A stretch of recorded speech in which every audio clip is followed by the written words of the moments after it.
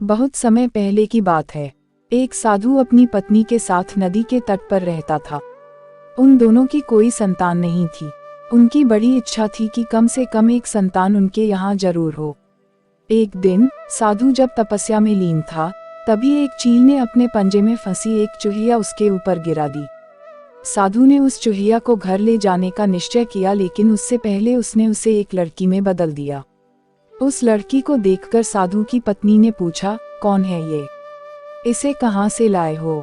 साधु ने पत्नी को पूरी बात बताई। उसकी पत्नी बहुत प्रसन्न हुई और वह बोली, तुमने उसे जीवन दिया है, इसलिए तुम ही उसके पिता हुए। इस तरह मैं भी उसकी माँ हुई। हमारे यहाँ कोई संतान नहीं थी, इसलिए भगवान ने इसे हमारे पास भेजा है। उद्धरण चिन्ह। जल्द ही वह बच्ची एक सुंदर युवती बन गई। जब वह 16 साल की हुई तो साधु और उसकी पत्नी ने उसका विवाह करने का निश्चय किया। साधु ने सूर्य देवता का आह्वान किया। जब सूर्य देवता उसके सामने आए तो साधु ने उनसे उसकी बेटी से विवाह करने का अनुरोध। हालांकि लड़की को यह विचार अच्छा नहीं लगा और उसने कह दिया, क्षमा कीजिए, लेकिन मैं सूर्य देवता से विवाह नहीं कर सकती क्योंकि वह बहुत गर्म है। निराश साधु ने सूर्य देवता से कहा कि अब वे ही उसकी लड़की के लिए कोई सुयोग्य वर सुझाएं। सूर्य देवता ने कहा, बादलों के देवता से आपकी लड़की की जोड़ी सही बैठेगी क्योंकि वे ही धूप की गर्मी से उसकी रक्षा कर सकते हैं। साधु ने अब बादल देवता से उसकी लड़की से विवाह करने का अनुरोध किया। इस बार भी लड़की ने विवाह से इनकार कर दिया और बोली, मैं इस काले व्यक्ति से विवाह नहीं करूंगी।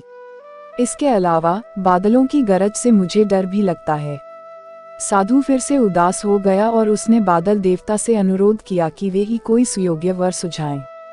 बादल देवता ने कहा, पवन देवता के साथ इसकी जोड़ी अच्छी रहेगी क्योंकि वे आसानी से मुझे उड़ा सकते हैं। साधु ने अब पवन देवता से विवाह का अनुरोध किया।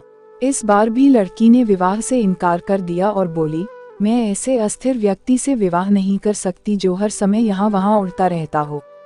साधु काफी परेशान हो गया। साधु ने पवन देवता से ही कोई सुयोग्य वर सुझाने को कहा। पवन देव ने जवाब दिया, पर्वतों के राजा बहुत मजबूत और स्थिर हैं। वे बहती हुई हवा को भी आसानी से रोक सकते हैं। उनसे आपकी लड़की की जोड़ी सही बैठेगी। उद्धरण चिन्ह। साधु अब पर्वतराज के पास गया और उससे उसकी लड़की के साथ विवाह करने का अनुरोध किया।